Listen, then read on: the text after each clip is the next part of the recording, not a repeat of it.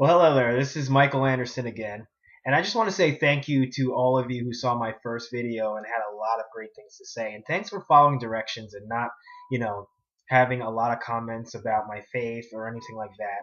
I'm not here to create, all kinds of threads of arguments on Facebook. I'm just here to deliver a message of hope. So today's topic is about self-confidence. And I found that self-confidence affects three different parts of our life. It affects our decisions, it affects our actions, and our focus. So we're going to talk about all of that. There are several places in the Bible where this can be found. It says, love your neighbor as you love yourself. And that's found in Matthew 22:39, Mark 12:13, Leviticus 19:18, and Luke 10:27. Also, Galatians 5:14. So I have a few questions for you. How do you feel about yourself? Do you feel as though you've screwed everything up? Do you feel like a failure? Do you think life is way too hard for you? Are you scared of taking risks? Do you feel you've destroyed everything in your life? Well, maybe you have destroyed everything in your life. My second question is, where did it start? Proverbs 23:7 says, as a man thinks in his heart, so is he. And Proverbs 4:23 says, be careful how you think because your thoughts shape your life. So, what are you thinking on a daily basis? Are you thinking about your failures? Are you thinking about how you're going to fail again? Are you thinking about how messed up you are? Well, I have a third question for you. What influences in your life led you to believe those things? There's parents and family. We have friends. We have bullies. And we have teachers, mentors, coaches. And they speak things that make us believe things about ourselves. So my fourth question is, what did they say? Did they tell you you're a failure? Did they say things about your family? Did they make fun of your skin color? Did they make fun of your nose? Did they make fun of your lips? Did they make fun of your weight? What did they say? Let's take a look at who you have in your life now. Do these people reinforce the negative beliefs that you have been told your whole life? Proverbs 13:20 says, become wise by walking with the wise. Hang out with fools and watch your life fall to pieces. I heard another quote said, and I'm going to use a lot of quotes and a lot of the Bible in this video, so I hope you don't mind. But I heard a quote that said, be careful who you hang out with because you will become like them. Birds of a feather flock together. I like what Mike Murdoch said. He said, when wrong people leave your life, wrong things stop happening. One of the biggest mistakes that I've made in my life has been to tolerate wrong people for too long. Proverbs 29:25 says, it is dangerous to be concerned with what people think of you. If you trust in the Lord, you will be kept safe. So I've got a little something that I want to show you about what my therapist showed me. And it's called the circles of life. And in this, I learned how to place people appropriately in my life so that it creates less frustration for me. So this is a little diagram of it. I hope you can see that pretty well. The very middle circle is called the inner circle. The circle outside the inner circle is called the outer circle, and then the circle outside that is the acquaintance circle.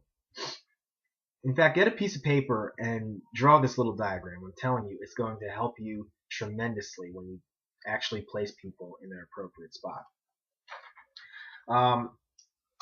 For your inner circle, you want those people those to be people that you're up close and intimate with, like, people that spend a lot of time with you, the people that are going to get to know you and see all sides of you.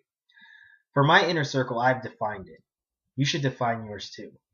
The first thing is they must have people skills. The second thing is that they must be people that want to see me go to the next level and encourage me to go.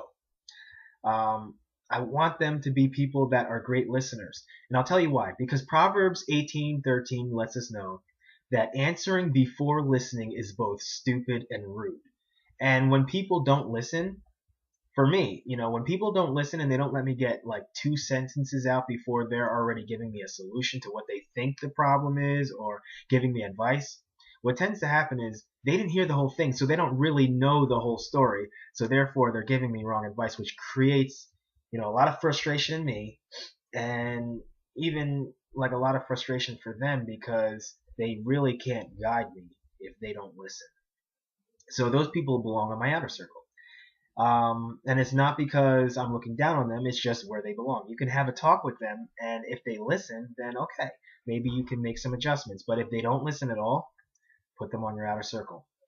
Number 4, men and women of growth have to be on my inner circle. And number 5, people that understand what motivates me and what demotivates me, and use it wisely for the benefit of both of us. So that's what I have qualified for my inner circle. What do you qualify for your inner circle? These are the needs that I have, and the people that are in there are meeting my needs right now. The outer circle, my qualifications are this. They have to be, well, they don't have to be, but they're people that have similar interests as me, people that I talk to from time to time. I may talk to them once or twice a week, and they don't have to understand me fully and completely, but they have to have respect for me. So that's the qualifications for the outer circle. There are people that usually can't meet your needs, and that is okay. They're not meant to. They're meant to do what they do. And then there's the acquaintance circle, and these are people that may be a bad influence on you. They may just be people that distract you from your path. And for me, I make minimal time for these people. I don't completely ignore them, but I keep them where they belong because I love myself and I love them. Because I have unstoppable self-confidence. I keep them where they belong. And it stops a lot of fights. It keeps a lot of frustration out of my life. And when you do this with your inner circle and your outer circle and your acquaintance circle, and you keep people in their appropriate place, you'll have less problems with people than you want. So let's talk about how self-confidence affects your decisions, your actions, and your focus. Let's talk about decisions. Let's say that you have $50 and you run into somebody that has no money and they have no food. And let's say you have no food either. And you look at this person and you say, you know what?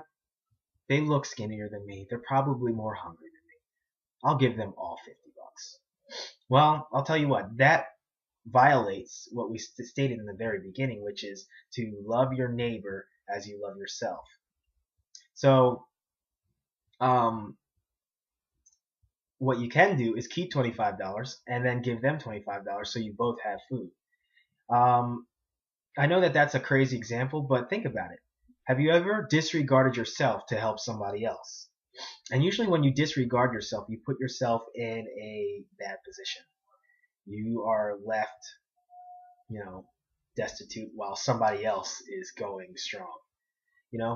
That kind of violates it. How many times in your life have you done that? And do you do that often? There's people that do that a lot, and then there's some people, they've done that every once in a while. But unless you really feel your higher power or God or Jesus is telling you that you need to give all of what you have, then keep half and give the other half. That way you're loving yourself and you're loving others. A great example of this in my own life is I used to let people borrow money that could not pay it back. And I knew that they weren't going to pay it back because they haven't paid the money back before that. I lost a lot of friends over that, and I've been laboring in hours of frustration and resentment because they kept promising they were going to do something that they didn't do. So I no longer do that anymore, and it's made my life a lot simpler. How does this topic of self-confidence affect your actions? Well, let's take two people. Let's say they both want to be singers. One goes out and gets lessons, and the other one already has the talent, but they believe that they can't do it. Well, the one who's taking the lessons keeps going and going and going and looking for opportunity. That is somebody that has self-confidence. The other person who does nothing, even though they have the talent and skill and they know they do, they just don't believe in themselves. So therefore, they have no self-confidence. An example of both of these things from my own life is I have a negative example and I have a positive. Let's start with the positive. When I was 17 and I was a junior in high school, I made a decision that I was not going to wimp out anymore, that I wasn't going to not take advantage of opportunities. So I was at a varsity basketball game one day. It was the first varsity basketball game of the season, and whoever was supposed to bring the tape for the national anthem forgot it. So therefore, they were trying to figure out what they were going to do. They came up to me. They said, "You're in choir, right?" And I said, "Yeah." And they said, "Can you please sing the national anthem for us tonight because we forgot our tape?" I immediately said yes because I didn't want to wimp out. I wanted to say no because I didn't really fully believe that this could turn out well, but I knew that if I don't do anything, then I'm not going to move forward in life. So I took advantage of the opportunity and I sang the national anthem probably about 5 minutes later. And from that day on, they asked me to sing the national anthem for every single varsity basketball game, and I did. And I also did it the following year when I was a senior. And let me tell you something. I think that I did a very good job at it. I mean, I didn't do the best the first time, but I got better and better and better as I kept on doing it. So here's a negative example from my life is that I got made fun of a lot because I wasn't that great at sports, and also got made fun of a lot because I wasn't good at board games. So anything that had to do with games and sports, I would run from in my opportunities that I got in my adult years also. I finally slayed that dragon, and I love to play board games, and I also don't even run from sports games. When they come up, I just do them, and it's awesome. I'm free. So how does self-confidence affect your focus? Self-confidence or lack of it makes us focus on either the blessings or the weaknesses and problems in our lives and others. How many of you know people that believe in themselves and they keep on going after whatever it is they want? And then there's those who don't believe in themselves and they look at all the problems and all the obstacles in their life and they talk about it constantly and they talk about the negative stuff and everybody else around them, including you. How much fun is it to be around someone like that? And maybe you do that yourself. Well, Luke 21:19 says, "Possess ye your souls." This is what Jesus is saying. And if you don't know what that means, it basically means master the art of self-control. Master the art of controlling yourself. So when I see things that Jesus says, I kind of like to look at what he didn't say. He didn't say, "Possess ye your mother's soul." He didn't say, "Possess ye your father's soul," "Possess ye your boss's soul," "Possess ye your children's soul." He didn't say, "Master the art of controlling everybody." He said, "Master the art of controlling yourself." A lot of times when we complain about other people, there's things in our own life that we need to fix. And I have a great example of this. My brother and I pretty much didn't get along our whole lives. And I always looked at everything that he was doing wrong. I was always saying, "You need to fix this, you need to fix that, you need to do this, you need to do that." I was basically trying to control him so that he would be what I thought that he should be. Well, one day, I had to take a look at this, and I saw, okay, I have a whole lot of things I need to change in my life that I'm not changing, but I'm expecting him to change to make me happy. So I took the advice of this, "Possess ye your souls," and I started to control myself and take advantage of the opportunities that came my way to even improve myself. And I started to take my focus off of my brother so much. And you know what? I missed out on 26 years of a very talented person who has lots of ability, great leadership skills, and just is a very funny person in general. I missed out on all of that for 26 years just because my focus was in the wrong place. I was looking at him instead of looking at me and taking control of myself. So always master the art of controlling yourself and looking at those things in your own life. Every time that you see something that somebody else needs to fix, look at yourself and say, "Well, what do I need to fix?" And get to work on it. It's an amazing way to live. That way, people are always off the hook with you. So what are some solutions to creating unstoppable self-confidence? Number one, think about and write about what is great about you.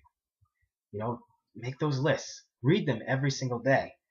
Ask other people around you, what are the great qualities that you see in me? What do you think that it is that I have to offer? What do you love about me? What am I good at? Ask all these questions and write it all down and read the list every single day. Keep your brain full of the goodness about you. And I'll tell you why. Philippians 4:8 says, "Finally, brothers and sisters, whatever is true, whatever is noble, whatever is right, whatever is pure, whatever is lovely, whatever is admirable, if anything is excellent and praiseworthy, think about such things."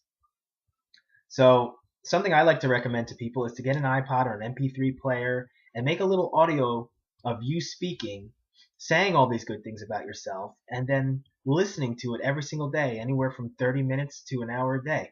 I'm telling you, whatever you hear over and over again begins to affect you, and your brain has to give you what you're what you're hearing all the time. It really does. It's the way your brain works. Um, Another thing you can do is spend time every single day being thankful for the good things in your life, the qualities that are admirable. And I want to read something to you so that I can make the point even stronger. It's Luke 6:43 through 45. It says, "A healthy tree does not bear bad fruit, nor does a poor tree bear good fruit. Every tree is known by the fruit it bears. You do not pick figs from thorn bushes or gather grapes from bramble bushes. A good person brings good out of the treasure of good things in his heart. A bad person brings bad out of the treasure of bad things. For the mouth speaks what the heart is full of." So think about this. As a man thinks in his heart, so is he. So whatever you keep thinking over and over again goes into your heart, and your heart gets full of it. So what does your mouth speak? What your heart is full of. And life and death is in the power of the tongue. So whatever you're speaking, you're moving towards. You're going to see evidence of it in your life. So that's why I'm telling you, think on the things that are good so that your heart is full of good things, so you'll speak better about yourself and better things can come your way. So let more energy and focus go to the good in your life than the bad, and the good will flourish over the bad. And then you can just shore up your weaknesses with people who can do those things great. Here's another thing for Christians. Read the entire Bible. I read the entire Bible, and I couldn't believe that it helped me to get over a lot of addictions, including a drinking addiction that I couldn't get over for since I was 17 years old. So, I believe that the Bible is made to create unstoppable self-confidence within us, and it helped that within myself and created that ball rolling. And then I did some of these other things that I just talked to you about to help to keep the ball rolling. Another thing is Psalm 139:14 says, "I will praise you, God, for I'm fearfully and wonderfully made." Have you ever stopped to think of how you're fearfully and wonderfully made? That's another list of things that you can write down, put on an iPod, read every single day, and let go into you, because it will have an effect on you. Whatever you focus on, you get more of. I love the way that the New Living Translation puts that. It says, "Thank you for making me so wonderfully complex. Your workmanship is marvelous. How well I know it." So I have a question for you. How well do you know the workmanship and construction and the craftsmanship of your own body and of who you are and what you're here to live for? I just have a few examples of people that had great self-confidence. I have a friend, and she's amazing. She's awesome. She wanted to lose weight.